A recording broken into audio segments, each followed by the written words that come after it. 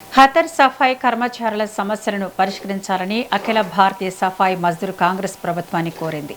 Somajiguda press క్లబ్లో నిర్వహించిన విలేకరుల సమావేశంలో రాష్ట్ర ముఖ్య కార్యదర్శి రామకృష్ణ మాట్లాడుతూ తెలంగాణ సఫాయి కర్మచారి కమిషన్ ఏర్పాటు, ఇందిరమ్మ డబుల్ బెడ్రూమ్ ఇళ్ల కేటాయింపు, విద్య, ఉద్యోగ, వైద్య సదుపాయాలు కల్పించాలని డిమాండ్ చేశారు. విధి నిర్వహణలో అనారోగ్యానికి గురైన వారికి పరిహారం, కుటుంబ సభ్యులకు ఉద్యోగాలు, వాల్మీకి పేరుతో కుల భవన నిర్మాణం, సులభ్ ఇంటర్నేషనల్ కార్యకలాపాలపై విచారణ జరిపించాలని సీఎం రేవంత్ రెడ్డిని కోరారు.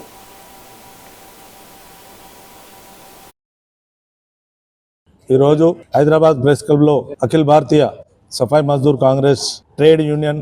72-62 నేతృత్వంలో నేను సోదా రామకృష్ణ జాతీయ కార్యదర్శి, తెలంగాణ రాష్ట్ర ప్రధాన కార్యదర్శి, తెలంగాణ రాష్ట్రంలో సఫాయి కార్మికుల దైనందిన జీవితంలో వాళ్ళకు కావలసిన అవసరాల విషయంలో మరి తెలంగాణ రాష్ట్ర ప్రభుత్వం మాకు కల్పించవలసిన హక్కులు విషయంలో మీ ముందుకు రావడం జరిగింది.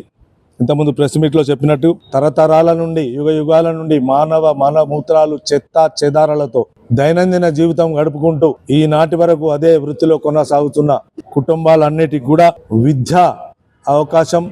ఇప్పుడున్న గురుకులాలలో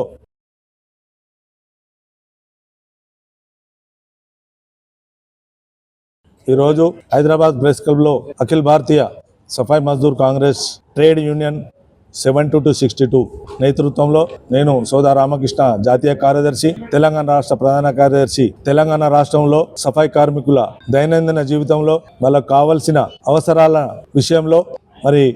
తెలంగాణ రాష్ట్ర ప్రభుత్వం మాకు కల్పించవలసిన హక్కులు విషయంలో మీ ముందుకు రావడం జరిగింది. ఇంతకుముందు ప్రెస్ మీట్లో చెప్పినట్టు తరతరాల నుండి యుగ యుగాల నుండి మానవ మూత్రాలు చెత్త చెదారాలతో దైనందిన జీవితం గడుపుకుంటూ ఈనాటి వరకు అదే వృత్తిలో కొనసాగుతున్న కుటుంబాలన్నిటికీ కూడా విద్యా అవకాశం ఇప్పుడున్న గురుకులాలలో